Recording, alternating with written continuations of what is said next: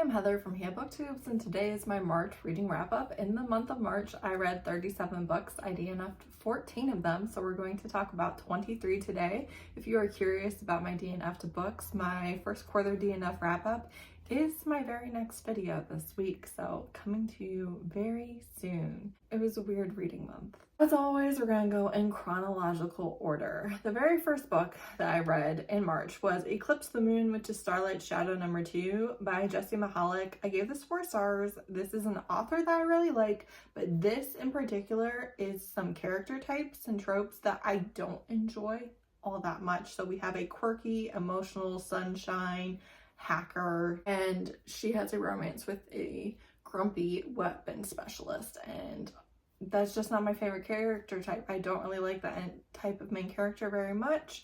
I only picked it up because I've read all of the author's other books basically and want to read this whole series.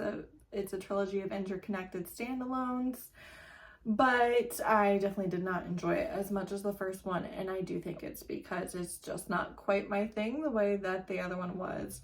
This is basically a alien species and humans trying to work together after they had a war previously. All of our characters were soldiers in the war, and so it's a little bit difficult, and specifically the aliens have mind powers that makes, the humans afraid of them. Then I read Winter's Orbit by Everina Maxwell. I originally gave this 4 stars and I lowered this to 3 stars. This is a book that is not for me. I understand why it's good. I understand why people like it, but it is not the type of book for me at all. So if you have incredibly similar reading tastes to me, you aren't going to like it either. This book was so incredibly stressful. You're stressed out for the entire book. These characters aren't in charge of anything. They don't have control over everything. They have a lot of bad things happening to them. They don't even have communication or trust with each other, which is not great because they are in a arranged marriage. They cannot confide in each other. They cannot really rely on each other. And of course, they're both falling in love with each other at the same time, but they don't feel like they can communicate that.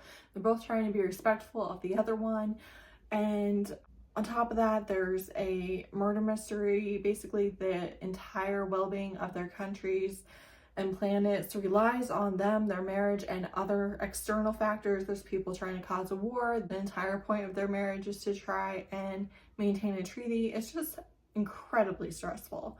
On top of that, you have content warnings for memory tampering, domestic abuse, shame and blaming yourself for abuse, isolation by abuser, and being a political patsy. Particularly the memory tampering stuff I really didn't like, because that was kind of the big crescendo of the book where, it's the most emotionally manipulative part. I feel like it is one of your main characters. It's at the end of the book. It's, where everything has gone wrong and it's do or die, and they are having to relive a lot of memories of abuse and other things like that, and you're taken page by page throughout all of that, and I hate when authors do this.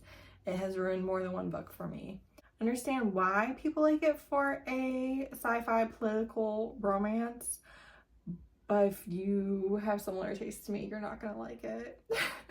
Then in the middle of Winter's Orbit, I did a try chapter for sci-fi romances, and I immediately DNF'd 2 out of the 10 that I tried, but those are an additional 2 DNFs. They're not counted in my 14 DNFs because I was not trying to read the books. I was just trying a chapter for a video. Then I read Splendor's Orbit. In fact, I read the whole of the Meckley Chronicles trilogy, 1, 2, and 3 by Gina S. Bazar.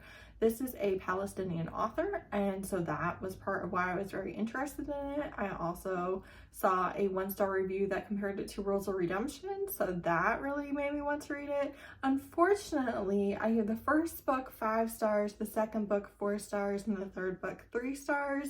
So we peaked with enjoyment right at the beginning, and then we have a mercenary type captain, and she's being hired to escort these guards, and more specifically their charge, which is a princess, back to their home country. And she has a romance with one of the guards who's not just a guard, he's a general, This is very insta love. There is no sex on page in this series, which is fine, but you should know for your expectations. I thought that this was pretty underbaked, especially the romance. It is just, they love each other, I guess.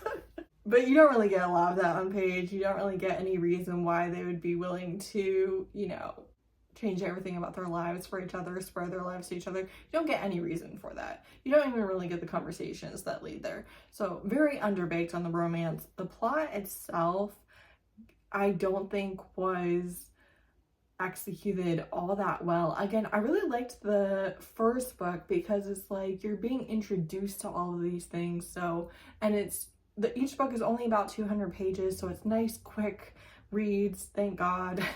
You know, right at the beginning, everything being fast-paced and everything like not having as much depth to it because you just got into everything is totally fine. But then I expect a progression throughout the series. I expect to become even more intertwined with these characters. I expect to see their romance grow. The plot plotted, but not very well. What to say about the plot? I don't even know. Okay. The plot, as does happen sometimes in these books, was, you know, attack after attack after attack. We're constantly in crisis mode and we're constantly dealing with the new thing that has gone horribly wrong and everybody's lives are in danger. That's fine to a certain extent, but I didn't really some of the world building in connection with the plot, in connection with the line of succession on their planet, all that didn't really make the most sense. I ended up not really liking it. I was like, oh, okay, whatever, it's fine. So that was a little bit of a disappointment because obviously I was hoping to really love the series more and more as it continued, and I liked it less and less. Then I read Planet X by Evangeline Anderson. I gave this 1 star. The sex was hot, problematic. You had some exotic sexualization racism happening. On top of that, I skimmed everything in this book that didn't have to do with the couple, which obviously is not what I usually do with a book, but it is a sure sign that, you know, I can't get a high rating from me. And then on top of that, the parts that I actually read, I enjoyed about a 3, and the problematicness, all of that brought it down to a 1. Would not recommend, do not think it has aged well at all whatsoever. The sex was hot, I skimmed everything else. Memory tampering technology is cured by his dick. I forgot about this. Oh, I forgot about this. Okay, so she is a bought and paid for bride for an aristocrat, and she has grown up in this school for girls. Her entire life has been dedicated to how much somebody's going to pay for her. She has to be a virgin, all of this stuff, right? And then they crash land and she falls in love with this guy from another species that are classified as savages, basically. So like all of those problematic, again, racist stereotypes and like all of that is part of it. And then there's also the natives there on the planet that they've crash landed on. It's applied to all of them. And like I said, there's the sexualization of it is bad. All of it's bad, okay? Yeah, I would say all of it has a lot of issues. Obviously, I rate it 1 star, so I'm not going to go into every single thing because clearly I do not recommend this book. But because she fell in love with him, okay, then she gets like captured and taken back to her soon-to-be husband, and her soon-to-be husband is like, you know, you're still gonna be my wife and you're going to, like, I just need a body, I just need a robot. And so they like put technology in her brain that erases all of her memory of him and everything to do with him, and like she can't even think of his name without like immense pain coming in. And you know, there's no cure. there's no cure. There's no way to undo it. It is what she's gonna be like for the rest of her life. Just a genteel, domestic, yeah. But don't worry. Don't worry, sex with him does cure it. It is all she needed. The sex with him is just so good. They just have such a connection. And her brain is just like, I love this dick. It was bad. Content warnings are attempted sexual assault, dubious consent, virginity being a big deal, chastity chip that prevents her from having sex with anyone. Brides are possessions, memory tampering, off-page slavery, and rape of slaves off-page. So that was bad. Then I DNF to paranormal romance. Then I DNF to sci-fi romance. Then I DNF to an alien romance. Then I DNF to political fantasy. Then I reread Hold by Claire Kent because obviously I needed something. And this is my favorite sci-fi: prison planet, forced proximity, dubious consent, sex for protection, romance. The only thing that I skipped on this read was some of the world building paragraphs, but I read the whole book. Then I reread Pathfinder's Way, which is the Broken Lands #1 by T.A. White. This is their fantasy romance where you have the Horde, and the Horde is coming to their lands to conquer everything, and then she is from the mountains and the people there, and she is a Pathfinder, and there's really no way to conquer the mountains without her. And the leader of the Horde kind of falls for her without knowing anything about that, and then is looking for her, and she's hiding from him as a scout in his own army. I only reread the parts with the couple in this book, the scenes that I have been thinking about for a month. So I really only read probably 5 or 6 scenes in this book. I definitely did not read the whole book, but I was really happy that I did reread those parts before I went into The Wind's Call, which is the Broken Lands #4 by T.A. White. Now 4 and 5 follow a different couple than the initial 3 books. I did give this 5 stars. This is fantasy romance for horse girls, okay? She's the mistress of the herd. She has a special connection with horses. There's magical horses, flying horses that are intelligent and, are not animals. They are mythicals. And that's what it is. It's a fantasy romance for horse girls. I would not recommend reading this without reading the first trilogy for sure, but it is the horse girl one. Then I read Called, which is the Grey Gates #2 by Vanessa Nelson. I gave this 5 stars. This is the second book. I had given the first book 4 stars. There was no romance at all whatsoever in the first book. Then we were getting a little bit more in the second book. We were making progress, okay? We made progress on her understanding her magic, her support system, and found family, the romantic relationship. They ended the book with plans for our first date. I was really happy with all the progress that we made in this second book. This is urban fantasy. But step away from Goodreads. Don't add this to your TBR. This is not a recommendation.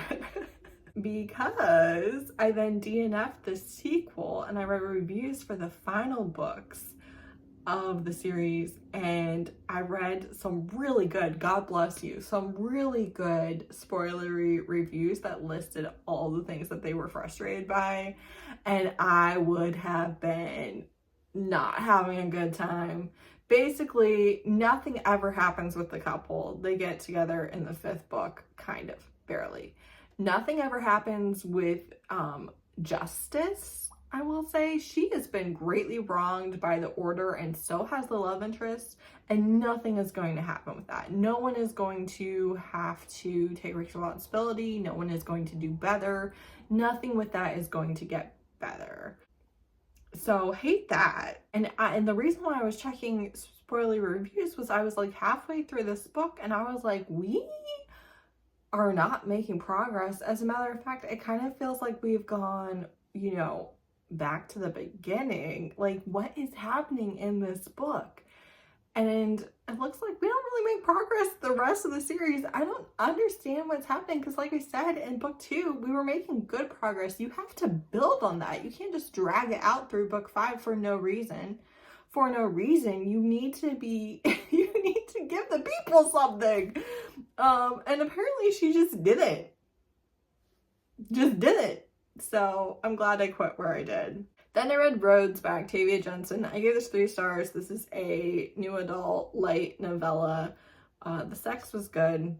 That's really all I have to say about this book. You have content warnings for adoption and cutting off family. It is basically a conversation, and that's it on the page. Their friends had already started dating, and then they hooked up, and she thinks he only wants her for sex, and he wants her to be his girl, and they cannot communicate that. Then I read Fortune's Pawn, which is Paradox number 1 by Rachel Bach. I gave this 4 stars. This is a mercenary who is trying to be the elite force in her planet, in her religion, all of this, right? She wants to be part of the king's force. So she takes this job on this ship that is supposed to be cursed. Everything goes wrong, and the experience on the ship is like a greatly ramped up path to get to whatever job you want, because it is so incredibly difficult and the survival rate is so low. So she does that. She falls in love with the cook, who is more than he seems, as one does. There are so many secrets on the ship. They end up with a no fraternization policy, which I never like. I do not like when the couple is not in charge of whether or not they can be together. And this ends on a cliffhanger with memory loss. And the couple's not together. Nothing is good. Now, one thing I will say, chess is a big part of this series. Not a big part, it's a small part, but it's a part that is meaningful to me. And the titles of this trilogy are Pawn, Knight, and Queen. So I expect to see some significant progress in book 2, going from Pawn to Knight. So like some of my frustration with this, there's more books. So there's more books to have a resolution for all of that, right? At the same time, we read this whole book, we have a lot of progress in the book, and then it's kind of all undone. It's kind of all undone, which is not my favorite place to be. And if you're going to do that, I need things to shape up quickly in book 2, and I'm scared that they won't, so I haven't read it yet. Then I read A Negotiated Marriage, which is Convenient Marriages number 1 by Noelle Adams, and this is the other pen name of Clara Kent, one of my favorite authors that I already reread a book from this month. And I gave this 5 stars, which I was really excited about because I was not sure how much I would like her traditionally published pen name versus her Clara Kent spicier stuff. This is a marriage of convenience. One thing that I really liked about this is they are already 3 years into their marriage when we start the book. So it's not like they actually loved each other and asked for a marriage of convenience because that was their brilliant idea and then are pining after each other or anything like that. They have not been in love with each other. They've been married for their mutual benefits for 3 years, and now her husband would like to renegotiate and bring sex into their marriage.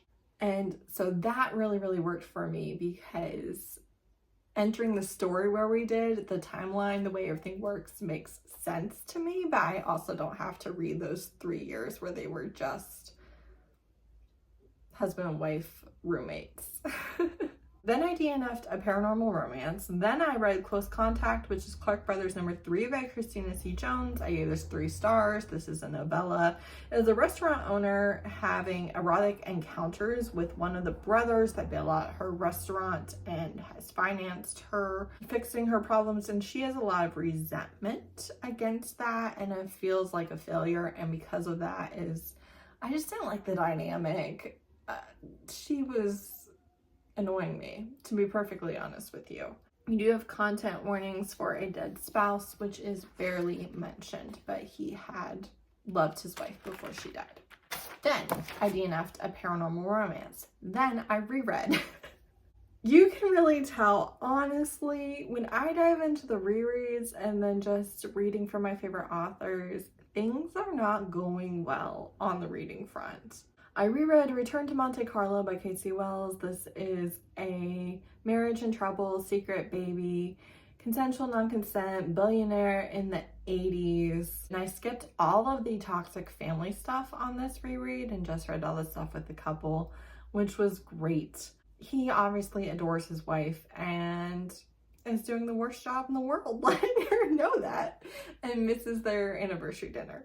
Then I read Beacon, which is Kindle number 8 by Claire Kent. I gave this 5 stars, which might not be a surprise to you, but was actually a surprise to me. I have put this off since it came out in October specifically because I didn't think that I would like it as much. I thought it would be my least favorite by a lot in the series. This is a couple that we have seen throughout all of the other books, and they're not together, and you know, that's not my favorite, and I thought that this would frustrate me. She was in an abusive marriage right when the meteorite fell that kind of destroyed the world and put us in dystopian times. While they have always had a thing, and while they've had casual sex, and it's always been clear that like it's them for each other, she has not at all been prepared to have a relationship with him, and he has always understood that, and she has always understood that everyone else around them views her as the problem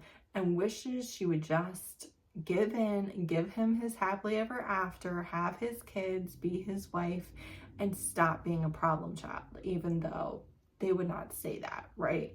And I thought that was really good, especially for readers of a book where like you've seen them the entire series and it's like, why aren't you guys together? But yeah, I put it off because of the angst, but honestly, this book itself was not very angsty. They start hooking up again pretty quickly, and then of course, in true Claire Kent fashion, they only confess their love right at the end. It was not as angsty as I was afraid that it might be, because most of the angst has come through the previous 8 books, if you count Last Light. Then I reread Rules of Redemption, The Firebird Chronicles number 1 by T.A. White. I did not skim a single sentence of this sucker. I was reading this like it was the first time. I love this book so much. Obviously, I read it for the Firebird Chronicles read-along, which is happening on Steph and Velvety Corner's channel, and cannot recommend watching the live show replay enough. Cannot recommend reading book 2 and participating in the live show for April. This series is everything to me. It's just the best thing I've read in such a long time, it feels like. So this is basically Kate Danielsson space, but you have a scavenger, and she was in the military back in the war 10 years ago, and she was a brilliant soldier, but she really burned herself out during the war, and she has been isolated ever since, and she goes to a port that she usually avoids because she needs a part, and she runs into people she knows, and she ends up rescuing a couple of children, which puts her on the radar of this general guy who is the head of the diplomatic envoy that the children belong to. And because of all this, she gets dragged into the politics of the treaty between their people and humanity, and you know, she has to go along for the ride, and she's not thrilled about it. She is looking for any way to get out of it. So she's having a romance with this guy. She is having like a found family element with new people. She is forced to interact with her old squad of soldiers, and they have a lot of resentment for her because they feel like she abandoned them. There's just a lot going on, and there was so much in this first book that I'd forgotten because I read all 5 books in like 4 days during the last round of Love in the Night, and because each book begins exactly where the old one ended.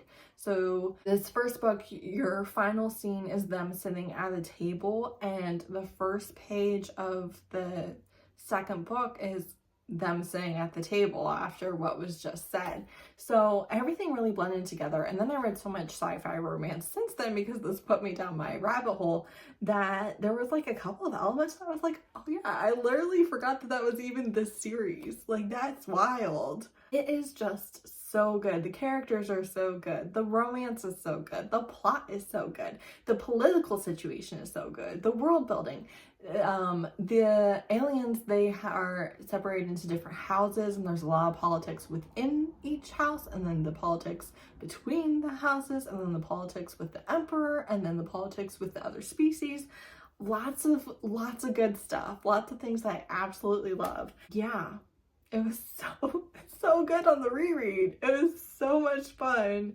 I can't recommend it enough. It's just easily a new all-time favorite. It's not even questionable.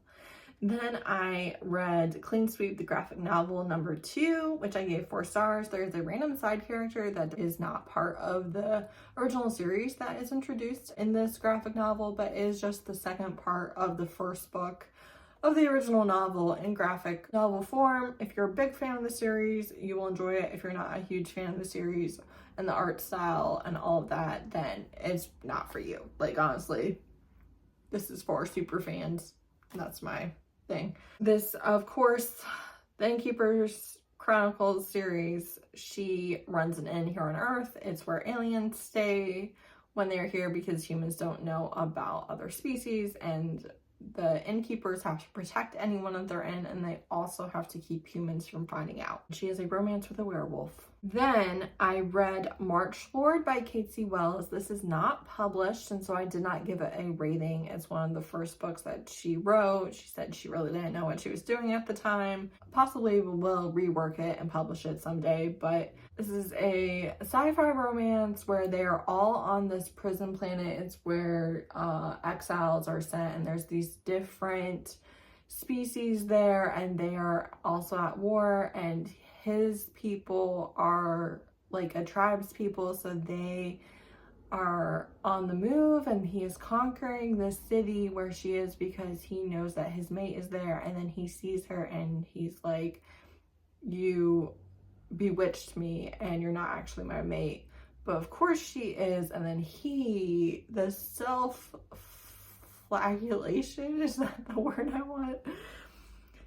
He cannot forgive himself for betraying his mate, okay? And so he sentences himself to death, basically. He's staked out and tortured and whipped and yada yada for all these nights, and then his march, the people in his tribe, basically, there's some unrest and she's not safe.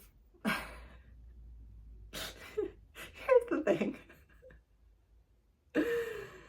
This man cannot communicate to save his life, to save her life. He can't communicate. Maybe the worst I've ever read on that front. The communication was so bad. Impressively so. It was impressively bad. He chose not to speak 90% of the time. And then every time he did choose to speak, said the worst things possible. The worst things possible. I mean,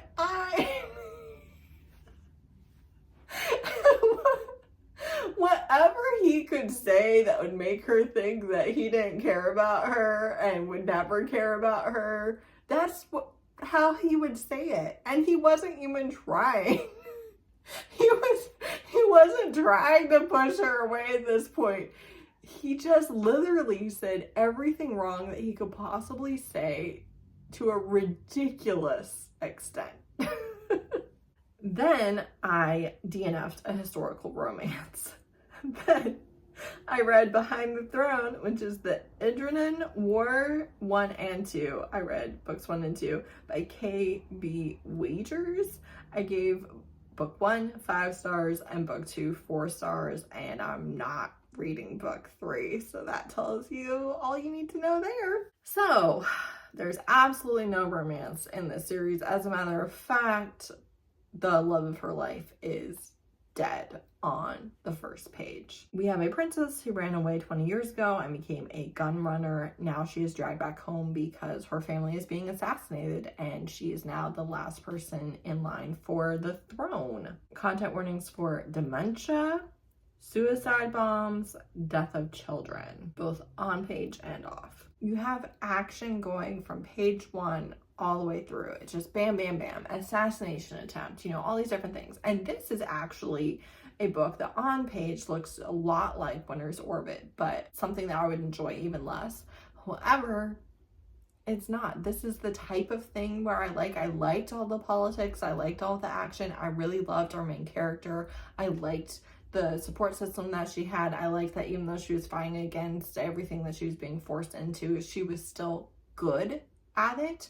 And even when she's fighting against impossible odds, she doesn't feel like it's impossible, and she sees ways to get through it, and she has people to call on, and you know, is smart and is cunning and has a lot of skills and is able to defend herself, like all that type of thing. So while they might look identical on paper, they're not, because she doesn't feel helpless. Even though like she's grieving and she's not happy to be there and she's grieving a lot of people right now, she's still good at it.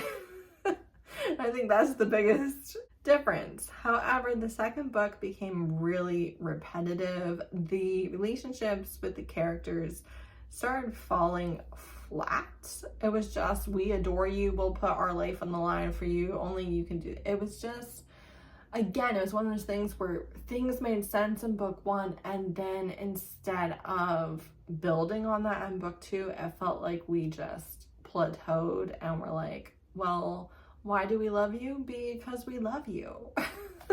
And again, I read some spoiler reviews from people who had the exact same problems that I had in book 2, but even more so in book 3. And so I was like, all right, so I'm not gonna like book 3. Then I DNF'd a sci-fi romance. Then I DNF'd a paranormal romance. Then I DNF'd a mafia romance. And then I read Books and Broadswords Volume 1 by Jessie Mahalik. I gave this 5 stars. This is a bind-up of 2 novellas. It is cozy fantasy romance featuring dragons, knights, and witches, and it's a great palate cleanser. You don't need to know anything more than that. They're both quite short. I loved the vibes. I would very happily read more of this. Unfortunately, there's not more of this right now. However, she does have a full-length fantasy novel coming out in January of 2026. So I'm really looking forward to that, since I had already enjoyed her sci-fi romances so much. This was a really good time. Great palate cleanser. Quick, delightful. I mean, I had a wonderful time, so really recommend that. Then I DNF'd 3 fantasy romances. Then I lastly read Wicked Pursuit by Katie Robert. I gave this 3 stars. I skimmed everything that didn't have anything to do with the couple, so it cannot get a higher rating than 3 stars for me if I skimmed it. However, and I do always tell you guys when I skim, just so you know. I liked the sex scenes. This has a lot of kink. There's consensual non-consent. There's primal play. That's particularly why I was interested in it. She has a romance with her stalker. And there is a recycled trope in this that they have used in one of their less successful, less popular books before, that I had already liked that time, but did feel really recycled in this one. It was fine. This is 2nd gen for the Wicked Villains series, and I didn't care about any of that. So I skipped all of those things. Which is good, because it would have really annoyed me, because she's just like, she's the heir to her territory and she's so insecure and doesn't want to be the heir, and is like a good girl. And I was like, I need you to get over this. Also, additionally, this does have cheating in it. So if you don't like cheating, you won't like it. I usually don't like that. It didn't bother me all that much, but it is there. So those are all of the things that I read in March. Let's very quickly, because we have been here for 40 minutes already, on my filming at least, go over my March reading journal. You can see all of the places that I read books, and you can see I think that we were a little heavier in the last couple weeks of the month, and that is because I had already filmed and put up all of my videos for the rest of the month, and so I haven't filmed in a couple of weeks. And honestly, while you would think that I should be getting other things done, it really just resulted in me reading a lot, and I was having trouble finding anything that I liked, so it was a mess. My goals, I wanted to have a good reading month. I attempted to have a good reading month. Again, the amount of rereads, while very enjoyable, are indicative of how I was feeling about my reading. And then I also had the goal to start the Firebird Chronicles read along, which I did. Diversity, I read 24% diversely, which is 1% below my goal. It was definitely not the best month for it. A lot of the rereads and repeat authors kind of messed that up a little bit, but it's fine. I read 4 books that were by BIPOC authors. I read 2 books that had queer main characters. And I read 17 books that had no significant diversity in that way. Again, it has to be author or main character. And that is 76%. And that's it. That's everything that I read in March. I'm so glad to be filming again. I really missed it. I had to completely not allow myself to film extra videos just because I wanted to be filming. I was like, nope. We accidentally made a break for ourselves and we're gonna utilize it. So happy to be filming again. Thanks so much for watching. Bye.